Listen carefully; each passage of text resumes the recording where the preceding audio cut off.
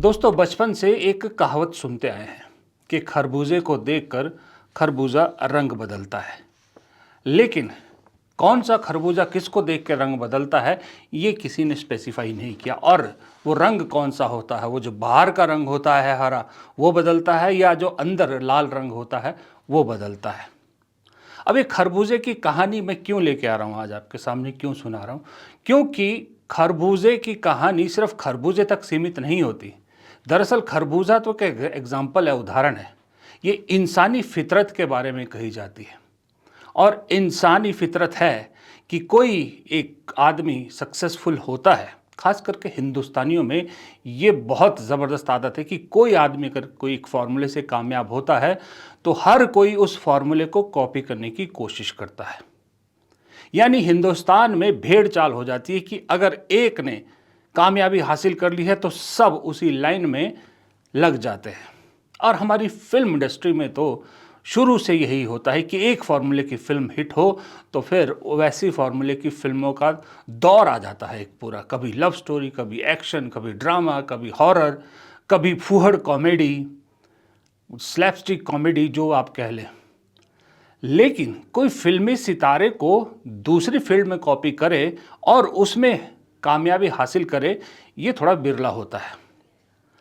या फिल्मी सितारे किसी दूसरी फील्ड के आदमी को कॉपी करके अपनी फील्ड में कामयाबी हासिल करे, ये भी बहुत बिरला होता है। आज देश की दो बड़ी शख्सियतों की कहानी आपके सामने पेश करता हूं। कहानी क्या, मतलब उनकी आदतें और उनका सफ़र एक तरह से आपके सामने रखने की कोशिश करूंगा। फिर मुझे बताइएगा कि किसने किसको कॉपी किया, यानी कौन किसका गुरु है, कौन चेला है। मुझे तो समझ में नहीं आया। एक अंदाज़ा लगा सकता हूँ, वो आखिर में लगाऊंगा, लेकिन आप ज़रा बताइएगा मुझे कमेंट बॉक्स में कि कौन किसका गुरु है, कौन किसका चेला है। बात कर रहा हूँ देश की सबसे बड़ी शख्सियत प्रधानमंत्री नरेंद्र मोदी और देश के सबसे बड़े एक्टर आइकन अमिताभ बच्चन की। उम्र में दोनों सीनियर हैं, बस थोड़ा सा अमिताभ से मोदी जी छोटे हैं, उम्र में थोड़े छोटे हैं। लेकिन अगर आप इन दोनों के जीवन को देखें और उस जीवन की कहानी को परोसने का तरीका देखें तो आपको लगेगा ये तो आइडेंटिकल है। दरअसल इन दोनों की कामयाबी के पीछे इनकी कहानी उतनी बड़ी पिलर नहीं है जितना उस कहानी को जिस तरीके से पेश किया गया वो जो वजह है सबसे बड़ी है। इस कहानी को पेश करने में बहुत बड़ा हाथ है पीआर एजेंसीज़ का। जो पीआर एजेंसीज़ होती हैं और पीआर मैनेजमेंट करती है, उन दोनों एजेंसीज़ का है। अब कहानियां हर एक की होती है, मेरी कहानी है, आपकी कहानी होगी, उसकी कहानी होगी, उसकी। हर एक के जीवन में संघर्ष होता है। संघर्ष किसने नहीं देखा? अंबानी से लेके एक मजदूर तक सब ने जीवन में अपनी अपनी तरह का संघर्ष किया है। सब संघर्ष करते हैं, लेकिन उस संघर्ष की कहानी को कौन कितने अच्छे से मसाला लगाकर लोगों के सामने पेश करता है और वो किसकी कहानी पर लोग विश्वास करते हैं, ये असल जो है सारा खेल है। इस खेल में जो कामयाब हो जाए वो अपने सफ़र में कामयाब हो जाता है। और यही कहानी है इन दो महान शख्सियतों की।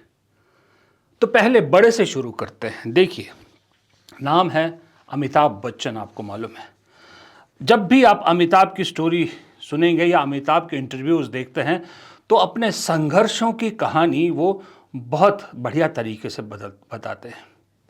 11 अक्टूबर 1942 को मशहूर कवि हरिवंश राय बच्चन और तेजी बच्चन के घर पैदा हुए अमिताभ बच्चन।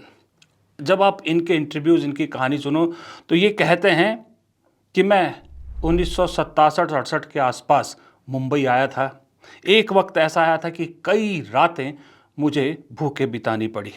फिर ये भी कहते हैं कि मरीन ड्राइव पर बेंच पर सोया हूँ। कई रातें मैंने मरीन ड्राइव पर बेंच पर सो के गुजारी हैं। कहते हैं कि कद लंबा था, इसलिए कद की वजह से बहुत सारी फिल्मों से रिजेक्ट हुआ, काम नहीं मिला। कहते थे इतना लंबा हीरो नहीं चाहिए। फिर एक बड़ी मशहूर कहानी है अमिताभ बच्चन की कि उनकी आवाज़ भारी थी, इसलिए ऑल इंडिया रेडियो ने उनकी आवाज़ को रिजेक्ट कर दिया, जो आज अमिताभ बच्चन की सबसे बड़ी पहचान है। ये कुछ पॉइंट्स हैं जो अमिताभ की कहानी आप चाहे पढ़ो, चाहे उनके मुंह से सुनो, चाहे किसी और के मुंह से सुनो, ये सारे पॉइंट आते हैं। और जैसे ही ये कहानी हम सब के सामने आती है तो हम लोग सही में अमिताभ बच्चन के लिए कहते हैं बचपन से कि यार वाह, क्या संघर्ष किया इस आदमी ने। बेंच पे सोया, भूखे रहा, कद लंबा था, मुश्किलें हुई, आवाज़ रिजेक्ट हो गई। संघर्षों को एक आदर्श मानकर अपने बच्चों को या अपने छोटों को, हमको हमारे बुजुर्ग कहते थे कि देखो, सीखो कुछ इनसे, एक मिसाल बनाते हैं हम उनके सामने।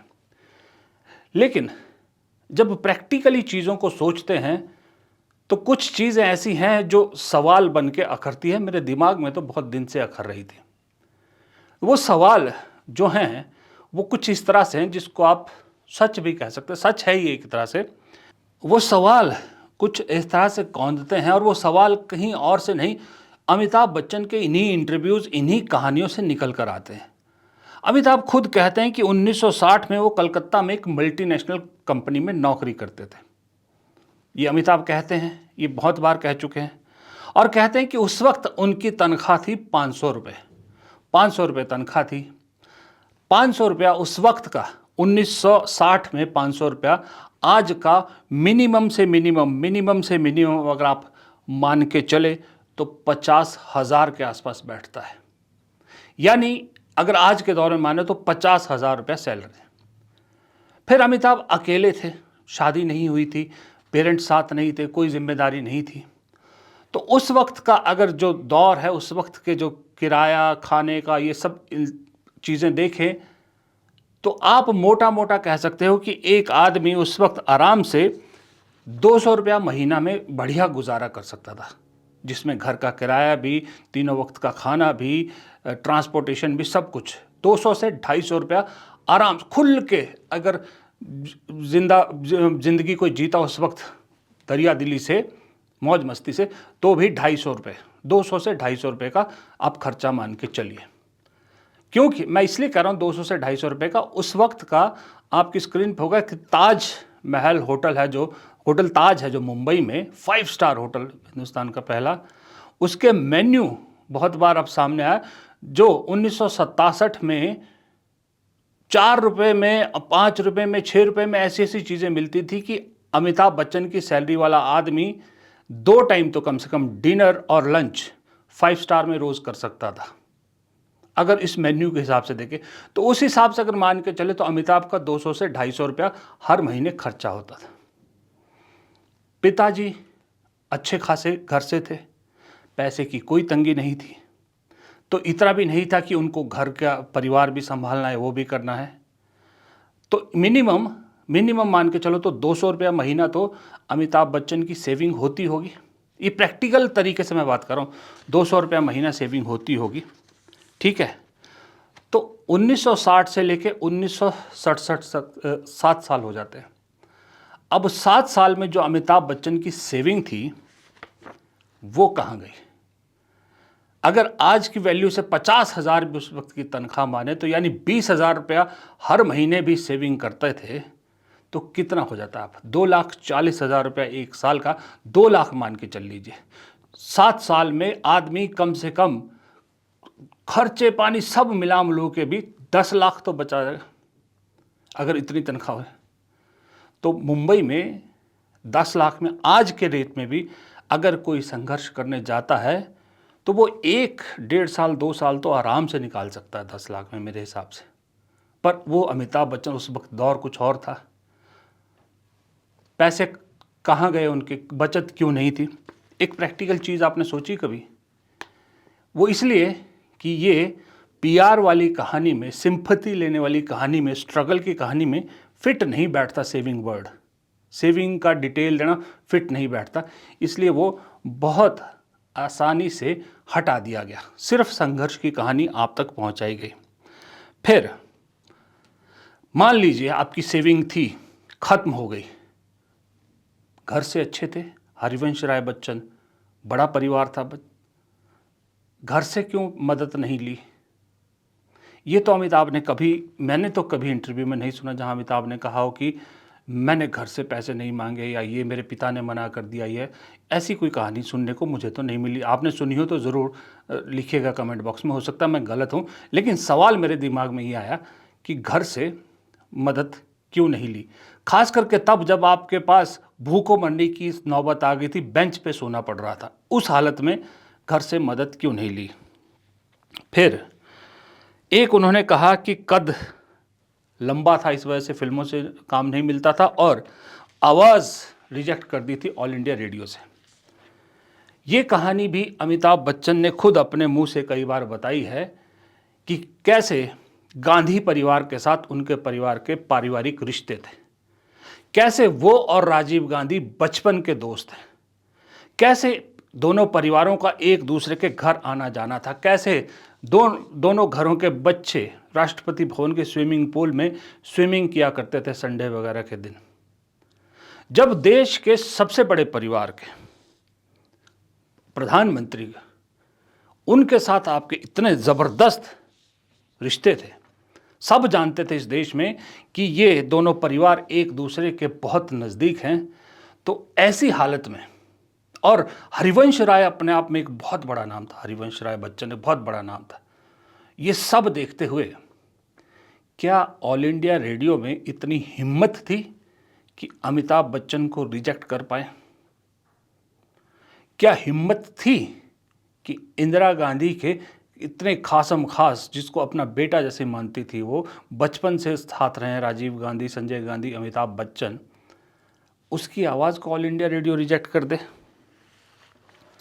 ये थोड़ा सा अटपटा नहीं लगता आपको? चाहे जितना ही, या तो फिर आप या तो ये कहिए, फिर अमिताभ बच्चन को ये कहना चाहिए कि वो दौर इतना ईमानदार था, इतना ईमानदार था इंदिरा गांधी का दौर, कि इंदिरा गांधी प्रधानमंत्री थी, हम पारिवारिक रिश्ते थे हमारे, उसके बावजूद आकाशवाणी के लोगों में इतनी हिम्मत थी कि मुझे रिजेक्ट कर सके, क्योंकि वो जानते थे इंदिरा गांधी कोई एक्शन नहीं लेंगी या कोई नाराज़ नहीं होंगी। हरिवंश राय बच्चन के बेटे को रिजेक्ट करने की हिम्मत थी, इतने ईमानदार थे लोग। तो इससे तो दो ही चीज़ें साबित होती है, या तो अमिताभ की इस कहानी में झूठ है, या फिर उस वक्त इंदिरा गांधी की सरकार या कांग्रेस की सरकार कहिए आप, वो इतनी पारदर्शी थी कि किसी भी संस्था में किसी तरह की इंटरफेरेंस नहीं करते थे। वो जो संस्था अपने दम पे स्वायत्त थी, अपना फैसला खुद ले सकती थी। आज की डेट में कोई मोदी जी के साथ फोटो खिंचाए, सिर्फ फोटो खींची हो मोदी जी के साथ, और अपने बायो में, ट्विटर बायो में या उसमें एक्स बायो में सनातनी लिख दे, और वो दूरदर्शन आकाशवाणी में कोई ऑडिशन के लिए जाए, वो भी रेगुलर नौकरी के लिए नहीं, कैजुअल के लिए, अनाउंसर और न्यूज़ रीडर या उसके लिए, तो किसी की हिम्मत है कि उसको रिजेक्ट कर सके? है किसी की हिम्मत? जबकि आज तो ज़्यादा ढिंढोरा पीटा जाता है कि हम तो किसी संस्था को नहीं दबाते। उस वक्त जब ना कोई सोशल मीडिया थी, ना कोई आरटीआई थी, ना कुछ थी, उस वक्त आकाशवाणी रेडियो और ऑल इंडिया रेडियो इतने मजबूत थे कि इतना भारी भरकम बैकग्राउंड होने के बावजूद अमिताभ बच्चन को रिजेक्ट किया। दोनों में से एक कहानी तो सच्ची है ना, और एक झूठी है। या तो अमिताभ को रिजेक्ट किया आवाज़ की वजह से, वो झूठी है, या फिर ये कहानी सही है कि उस वक्त सरकार किसी भी संस्था में कोई दखल नहीं देती थी। ये अमिताभ की कहानी, और अमिताभ की कहानी से सवाल जो मेरे मन में, मेरे दिमाग में अभी भी कौंधते हैं, जो पूछना ज़रूरी था कि भाई ये पीआर के चक्कर में स्ट्रगल की स्टोरीज़ को इतना बढ़ा चढ़ा कर क्यों दिखाया जाता है? अमिताभ को क्यों ज़रूरत पड़ती है? अमिताभ को इस तरह की कहानियाँ गढ़ने की क्या ज़रूरत है? पीआर एजेंसीज़ अमिताभ को सेल करती हैं एक्चुअल में। ये कहानियाँ बिकती है, ये कहानियाँ बिकती हैं, हम लोगों के सेंटिमेंट्स जुड़ते हैं, और हम फिर ऐसे हीरोज़ को आइडियलाइज करने लगते हैं, इनकी फिल्में देखते हैं, इन्हें इंसान से भगवान का दर्जा दे देते हैं। ये फिल्म इंडस्ट्री में बहुत वक्त से हो रहा है और आजकल तो बहुत ज़्यादा हो रहा है। यहाँ तक कि जो फिल्म इंडस्ट्री के अंदर से जिनके पिता माताएं ऑलरेडी फिल्म इंडस्ट्री में काम कर रहे हैं, वो तक ये कहानियाँ बेच रहे हैं कि हमें मालूम ही नहीं था कि कैसे होगा, हमें ये स्ट्रगल करना पड़ गया, हमें वो स्ट्रगल करना पड़ गया। सोच के थोड़ी सी हैरानी होती है, लेकिन कहानी यही है कि ये पीआर स्टंट होता है सारा, हमें और आपको बेवकूफ़ बनाने का। अब आइए मोदी जी पे। जब से मोदी जी देश की राजनीति में चमके हैं, खास करके 2014 में प्रधानमंत्री बनने के बाद से, उनकी कहानी में भी कुछ ऐसे हैं पॉइंट हैं जो रेगुलर हैं, आपने देखा होगा। आपको मालूम है 17 सितंबर 1950 को गुजरात के वडनगर में वो पैदा हुए। उनकी पैदाइश है। 8 भाई बहनों में तीसरे नंबर के थे। उनकी कहानी के आपने कुछ पॉइंट्स रेगुलर सुने होंगे जो बहुत बढ़िया तरीके से बेचे गए। पहला था, मोदी जी ने बचपन में चाय बेचकर गुजारा किया, रेलवे स्टेशन प्लेटफॉर्म पे चाय बेचते थे। दूसरा, मोदी जी खुद कई बार कह चुके हैं, अलग अलग इंटरव्यूज़ में टाइम अलग अलग बताते हैं, लेकिन बोलते ज़रूर हैं, कहीं 35 तो कहीं 40, यानी 35 से 40 साल तक वो कहते हैं भिक्षा मांगकर उन्होंने खाया, गुजारा किया। 35 से 40 साल तक उन्होंने भिक्षा मांगकर गुजारा किया। फिर वो कहते हैं कि उन्होंने राजनीति में आने से पहले ही हिमालय घूम लिया था, यानी हिमालयन पर्वतों के इलाके जो हैं वो घूम लिए थे, भारत दर्शन कर लिया था उन्होंने, हिमालयी क्षेत्र घूम चुके थे वो। फिर वो खुद मोदी जी कई बार अपने भाषण में कह चुके हैं कि जब वो राजनीति में किसी पद पर भी नहीं थे, उससे पहले ही, उनके फ़ोटोज़ भी हैं, उनके बहुत सारे फ़ोटोज़ हैं कि उससे पहले ही वो दुनिया के बहुत से देश घूम चुके थे। अभी हाल ही में अमेरिका में उन्होंने कहा कि अमेरिका वो मुख्यमंत्री भी नहीं थे, कुछ भी नहीं थे, उससे पहले ही बहुत से राज्य, अमेरिका के ज़्यादातर राज्य वो घूम चुके थे। यानी और भी पेरिस की उनकी फ़ोटोग्राफ्स है, जगह जगह की फ़ोटोग्राफ्स है। तो वो किसी पद पे आने से पहले ही दुनिया के बहुत से देश घूम चुके थे। ये 4-5 पॉइंट आपको उनकी हर कहानी में हर जगह सुनने को मिलता है। जहाँ मोदी जी के बारे में आप रिसर्च कीजिए, सुनिए, ये ज़रूर दिखते हैं।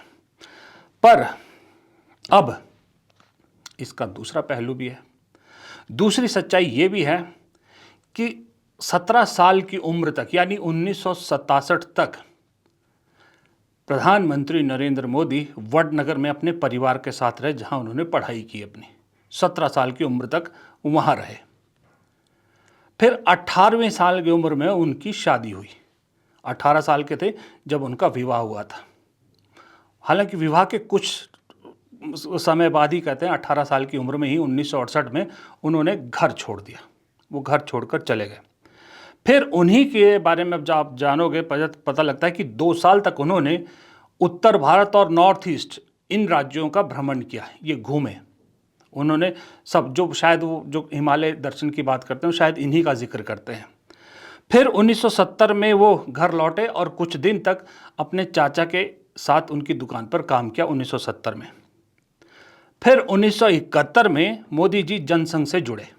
ये सब अवेलेबल है, आप इंटरनेट पे, आप आराम से मिल जाएगा आपको सारा ही। इस दौरान 1978 में उन्होंने बीए की और 1983 में उन्होंने एमए किया। बीए की दिल्ली यूनिवर्सिटी से, एमए की गुजरात यूनिवर्सिटी से, कॉरेस्पॉन्डेंट से। 1979 में वो आरएसएस के साथ, जनसंघ के साथ जुड़े थे, तो 1979 में वो दिल्ली आ गए और दिल्ली में आरएसएस के साथ काम करने लगे। 1979 में 1985 में वो फिर आरएसएस से बीजेपी में शिफ्ट हुए, बीजेपी के साथ जुड़े और गुजरात पहुंच गए। 1985 में, 1985 में वो गुजरात बीजेपी में आ गए। 1987 में उनके जो कैपेबिलिटी देखकर पार्टी ने उन्हें संगठन सचिव नियुक्त कर दिया, गुजरात का संगठन सचिव नियुक्त किया। फिर 1990 जब आडवाणी की मशहूर रथ यात्रा हुई, तो सबको मालूम है उसमें सारथी की भूमिका में नरेंद्र मोदी थे। नरेंद्र मोदी उस पूरी रथ यात्रा के सारथी थे। 1995 में ये गुजरात के ही संगठन सचिव थे। गुजरात में बीजेपी विधानसभा चुनाव जीतती है और सत्ता में आ जाती है 1995 में। फिर उसके कुछ दिन बाद मोदी जी को हिमाचल और हरियाणा का प्रभारी बनाकर पार्टी ने हिमाचल और हरियाणा भेज दिया, जहां तकरीबन 1 साल इन्होंने गुजारा। 1 साल से शायद ज़्यादा का वक्त गुजारा हो। फिर 3 अक्टूबर 2001 को मोदी जी गुजरात के मुख्यमंत्री बनते हैं पहली बार। उसके बाद लगातार मुख्यमंत्री रहते हैं और 2014 में देश के प्रधानमंत्री बने और जो आज तक बने हुए हैं। यानी 2001 में जो एक बार कुर्सी पे बैठे हैं उसके बाद मोदी जी कभी चुनाव नहीं हारे। विपक्ष का में बैठने का तो सवाल ही पैदा नहीं होता। लगातार सत्ता में है, पहले मुख्यमंत्री अब प्रधानमंत्री। तो ये सफ़र है उनका। अब सवाल ये है कि अगर मोदी जी ने 18 साल की उम्र में घर छोड़ा था, 18 साल की उम्र में घर छोड़ा था और 1968 की बात है, 18 साल की उम्र में घर छोड़ा और मुख्यमंत्री बने 2001 में, यानी उस वक्त उनकी उम्र थी 51 साल। तो 51 साल में से वो 18 साल माइनस कर दीजिए तो उम्र बचती है 33 साल, बाकी साल 33 साल, क्योंकि 18 से पहला सारा वक्त उन्होंने अपने परिवार के साथ घर पे गुजारा था। 33 साल वो जो है इधर उधर घूमे। उन 33 साल में से भी 2 साल उन्होंने वो पर्यटन के लिए दिए, वो माइनस कर दीजिए तो बच जाते हैं 31 साल, 31 ईयर्स। 31 ईयर्स का पीरियड कौन सा होता है? 1971 से लेकर 2001 तक, अब मान के चलिए, माफ़ कीजिए, हाँ, यानी 31 ईयर्स। अब उसके बाद देखिए कि 1971 से लेके उनके सफ़र का जो मैंने आपको सामने जिक्र किया, तो उसमें देखिए 1971 से लेकर 2001 तक मुख्यमंत्री बनने से पहले तक, यानी 30 साल के पीरियड में वो संगठन में, संघ में, कभी जनसंघ में, कभी बीजेपी में अलग अलग पदों पर रहे हैं, अलग अलग पदों पर रहे हैं। यानी कि 31 साल जो बचते थे उसमें से 30 साल का भी हिसाब है कि उन्होंने 30 साल में क्या किया। फिर सवाल ये उठता है कि प्रधानमंत्री हिमालय कब गए? दूसरा सवाल, अगर ये सारा हिसाब किताब है तो प्रधानमंत्री ने भिक्षा कब मांगी? वो जो भिक्षा मांग के गुजारा करने वाले 35-40 साल है, वो कब के हैं? क्योंकि अगर ये भी मान लिया जाए, पहली बात तो ये है कि जब वो संगठन के पद पे थे, जनसंघ, आरएसएस, बीजेपी, तो संगठन के पदों पर रहते हुए इतनी बुरी हालत तो कभी नहीं हुई होगी कि मोदी जी के पास खाने के भी पैसे ना हुए। कभी भी जनसंघ, आरएसएस, बीजेपी इतनी बुरी हालत में फाइनेंशियली नहीं थे कि अपने पदाधिकारियों के खाने का भी इंतजाम ना करा पाए। पहली बात तो यही। पर फिर भी चलिए मान लीजिए कि वो 30 साल नहीं दिया, बीजेपी ने कुछ नहीं दिया, प्रभारी रहते हुए भी कुछ नहीं दिया, कुछ नहीं। फिर भी मोदी जी तो कहते हैं भिक्षा मैंने मांगी 35 से 40 साल। वो 10 साल कहाँ, कौन से 10 साल गिनते हैं? क्या जब घर में अपने पिता के साथ, भाई बहनों के साथ, माँ के साथ रह रहे थे, वहाँ भी भिक्षा मांग के गुजारा करते थे? जबकि असल हकीकत ये है कि कुछ न्यूज़पेपर जैसे हिंदुस्तान टाइम्स की ये देखिए, इसमें हिंदुस्तान टाइम्स की खबर के हिसाब से जो उस वक्त उस रेलवे स्टेशन के बाहर रिक्शा चलाते थे, उन रिक्शा वालों ने खुद कहा है कि मोदी जी ने कभी चाय नहीं बेची, बल्कि उनके पिता का तो कुछ और बिजनेस था। मोदी के भाई खुद कह चुके हैं कई बार अलग अलग इंटरव्यूज़ में कि ये जो चाय बेचने वाली कहानी है, इसमें भी बहुत झोल झाल है। लेकिन फिर विदेश भी गए। हाँ, फिर एक सवाल और है, विदेश कब घूमे मोदी जी? फिर जब भिक्षा मांग के गुजारा कर रहे थे, या तो अपने संगठन के पद पर रहते हुए वो विदेश घूमने गए, कह सकते हैं कि भाई मैं संगठन के काम से या समझने के लिए जाता था। तो क्या विदेश में भी जाते थे तो भीख मांगते थे, वहाँ भी भिक्षा मांग के खाते? जो संगठन आपको विदेश भेज सकता है वो आपके खाने रहने का इंतज़ाम नहीं कर सकता। ये थोड़ा सा अजीब नहीं लगता आपको? लेकिन जब आप बात आती है फिल्मी स्क्रिप्ट, पीआर की स्क्रिप्ट, लोगों की सिंपैथी लेने की बात, तब ये सारे सवाल फिट नहीं बैठते। फिट बैठता है कि चाय वाला देश का प्रधानमंत्री बन गया, जीवन में 35 साल भीख मांग के खाया, जिंदगी में पैदल घूमा, सब कुछ किया। दरअसल स्क्रिप्ट में, फिल्मी स्क्रिप्ट में फिट बैठता है एक ऐसी शख्सियत जो चाय बेच के बड़ा हुआ और चाय वाला देश का प्रधानमंत्री बन गया, चाय बेचने वाला, जिंदगी में 35 साल भीख मांग के जिया और आज देश का प्रधानमंत्री है। कभी किसी पद पे नहीं रहा, या जो भी संघर्षों की कहानी है वो सारी कहानी जो है वो सुना दी। लेकिन साथ में आदमी की डेडिकेशन पे कभी सवाल नहीं उठाते कि भाई भिक्षा मांग के आप जी रहे थे, फिर आपने एमए बीए भी कर लिया, विदेश भी घूम लिए, हिमालय भी घूम लिए, पदों पे भी रह लिए, एक साथ कैसे हुई चीज़ें? क्योंकि ये सवाल इसलिए नहीं पूछे जाते, आपको ये सवाल पूछने लायक छोड़ा ही नहीं जाता।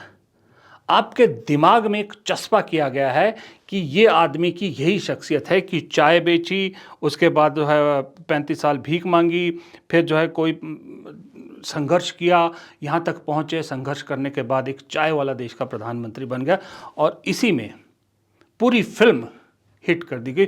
स्क्रिप्ट, ऐसी सॉलिड स्क्रिप्ट आपके सामने पेश की गई। एक कहानी मैंने अमिताभ बच्चन की सुनाई, वो 4 जुमले उनके, उसी में स्क्रिप्ट फिट की गई कि अमिताभ बच्चन ने इतना संघर्ष किया, उसके एवज में आपने अमिताभ बच्चन को इतना कुछ दिया। उसी तरह की मिलती जुलती स्क्रिप्ट मोदी जी की आपके सामने पेश की गई और मोदी जी को भी आपने इतना कुछ दे दिया। अब ये बताइए आप कि इसमें किसने किसको कॉपी किया, क्योंकि एक जैसी दोनों की वो है रूपरेखा है, पटकथा एक जैसी है। मैं अपना अंदाज़ा लगाऊं तो क्योंकि अमिताभ बच्चन उम्र में बड़े हैं और उनकी कहानी पहले की है, वो पहले फिल्मों में आ गए थे, तो मुझे ऐसा लगता है कि जो मोदी जी की टीम है उन्होंने अमिताभ की कहानी से कुछ अंश लिए, रेफरेंसेस लिए और मोदी जी की कहानी गढ़ दी। मुझे तो ऐसा लगता है कि मोदी जी शायद यहाँ पर चेला हैं, अमिताभ बच्चन गुरु हैं। लेकिन आपकी राय क्या है, आप कमेंट बॉक्स में लिखिएगा ज़रूर। लेकिन कहानी सिर्फ इतनी है कि ये सितारे चाहे फिल्मी हों, चाहे राजनीति के हों, चाहे स्पोर्ट्स के हों, ये जो संघर्षों की कहानी हमें और आपको परोसी जाती है ना, दरअसल इन कहानियों में कहानी मात्र 2, 3, 4, 5, 10% होती है। 90% PR, public relation management companies का स्टंट होता है, खेल होता है। हम हिंदुस्तानी इमोशनल है, हम यहाँ से कम सोचते हैं, यहाँ से ज़्यादा सोचते हैं।